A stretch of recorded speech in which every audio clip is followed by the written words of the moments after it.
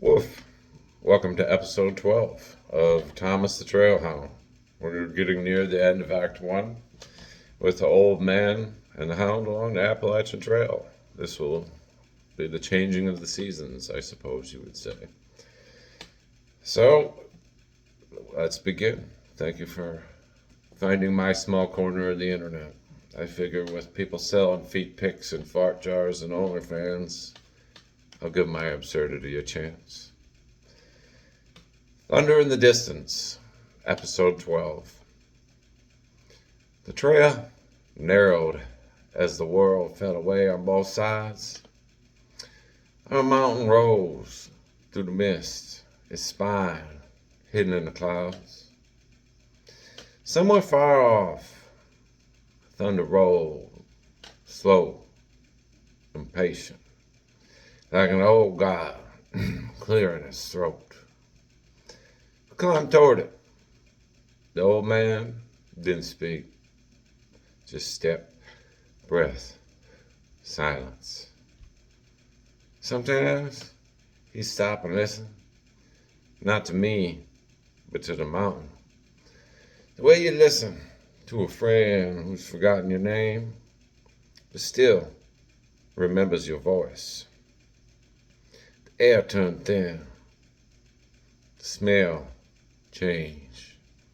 Pine and rust and rain waiting to fall. I watched him wipe his brow, lines deep as riverbeds. He looked smaller against the sky, but heavier somehow, as if the earth itself trusted him with its secrets. When we reached the ridge, thunder cracked against the valley. He took off his hat, reached into his coat, pulled out a little leather pouch, the one he carried since Georgia.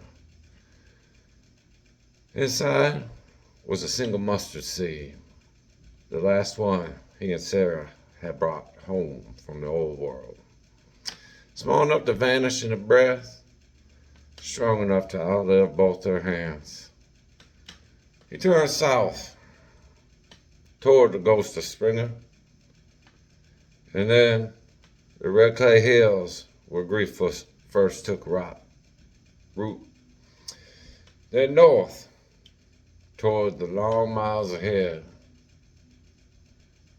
and finally back east, to where the cabin slept in Dennis Cove, the small universe within.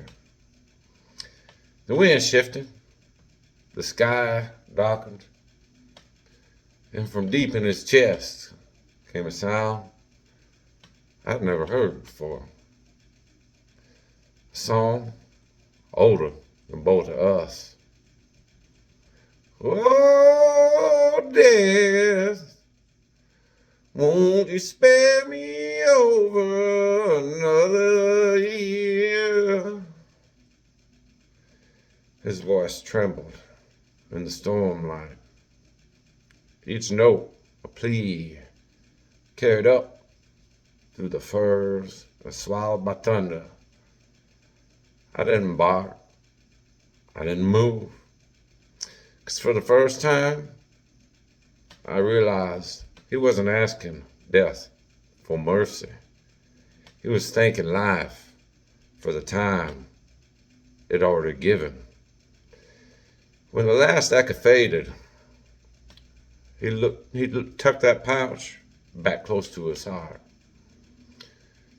The rain began, soft, forgiving. We kept climbing, step by step, toward the sound of thunder in the distance.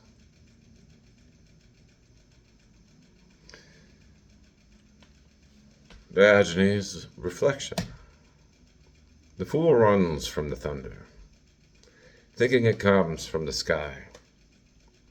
The wise know it rolls through the dark corners of the heart. So walk towards it, face the storm, for only in the void can a lotus bloom, and only in the thunder do we remember we are alive. you made it this far, thank you. I wish you well, any fellow citizen of the digital agora that takes the time to slow down and listen to the lifelong wisdom of an old man who's been walking in America. Again, like, share, and subscribe. We got a whole year. We're only 12 episodes done. Episode 13 will be the end of Act 1. And we have 4 more acts to go after that to get to the full 52 series, episode arc. Again, thank you. Woof. Diogenes of America. Huh?